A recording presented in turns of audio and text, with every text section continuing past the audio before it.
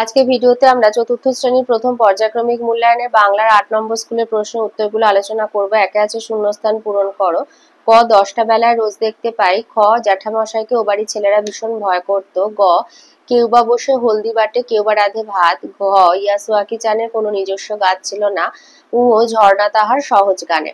দুয়েতে আছে শব্দার্থ লিখতে বলেছে। কতে ইঙ্গিত মানে ইশারা। খ বাগিচা বাগান। গ হরিদ্রা মানে হলুদ। ঘ চমৎকার মানে সুন্দর। ঙ মানা নিষেধ। আর চ মেহনত মানে পরিশ্রম। তিনেতে দিয়েছে বর্ণ বিশ্লেষণ করো। কতে আছে কিলিবিলি। কিলিবিলি দিয়ে লিখবে ক যোগ হর্ষই যোগ ল যোগ হর্ষই যোগ ব যোগ হর্ষই যোগ ল যোগ হর্ষই, কিলিবিলি। এরপরে রয়েছে মোমবাতি।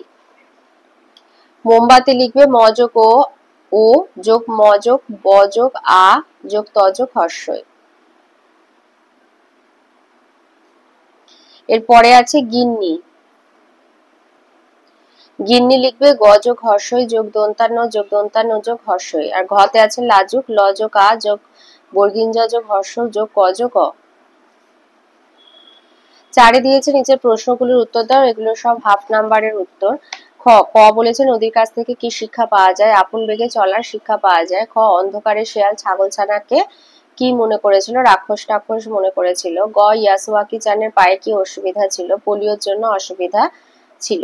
ঘর রাতে কোথায় তাঁবু খাটানো হলো, পাকুয়া নদীর ওপারে বন কেটে তাঁবু খাটানো হলো। জিটি রোডের পুরো নাম গ্র্যান্ড ট্রাঙ্ক রোড।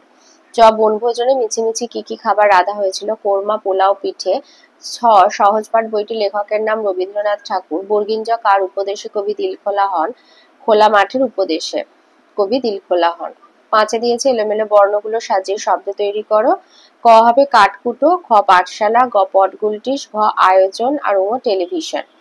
ছয়ের কতে দিয়েছে বনভোজন, এ মাসের 23 তারিখে আমরা বনভোজনে যাব।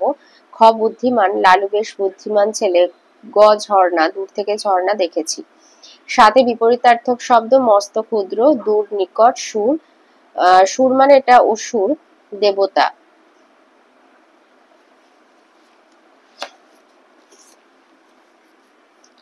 আটে দিয়েছে প্রতিশব্দ লেখো। গাছ হবে বৃক্ষ, খতে সাথী সঙ্গী, ঘয়ে হবে তুফান মানে ঝড়। নয়তে আছে ঠিক উত্তরের মাথায় টিক চিহ্ন দিতে হবে। ক তত্ত্বচানের গাছটা ছিল বেড়ার ধারে। খ সাইকেল চারখানা আমাদের বাহন। গ হযবরল একটি বই। ঘ শেয়ালের সেদিন ভারী সাজা হয়েছিল। 10-এর কতে দিয়েছে মহাপ্রাণ বর্ণ কাকে বলে, উদাহরণ দাও। আচ্ছা, এখানে মহাপ্রাণ ব্যঞ্জন ধ্বনি আছে, লিখবে যে সকল ব্যঞ্জন ধ্বনি উচ্চারণের সময় অপেক্ষাকৃত বেশি প্রাণবায়ু নির্গত হয় তাদের বলা হয় মহাপ্রাণ ব্যঞ্জন ধ্বনি। আর এদের লিখিত রূপকেই বলা হয় মহাপ্রাণ বর্ণ। যেমন খ ঘ, তখন আর হসন্ত দেবে না। খ ঘ ছ ছ ঝ ঠ ঢ থ ধ ফ ভ, এগুলো অর্থাৎ প্রতি বর্গের দ্বিতীয় চতুর্থ ব্যঞ্জনটি হচ্ছে মহাপ্রাণ বর্ণ। খতে দিয়েছে ধ্বনি কয় প্রকার এবং কি কি। ধ্বনি হচ্ছে দুই প্রকারের, স্বরধ্বনি আর ব্যঞ্জন ধ্বনি। এই যে ধ্বনির শ্রেণী বিভাগ, ধ্বনিকে দুটি শ্রেণীতে ভাগ করা হয়, যথা স্বরধ্বনি এবং ব্যঞ্জন ধ্বনি।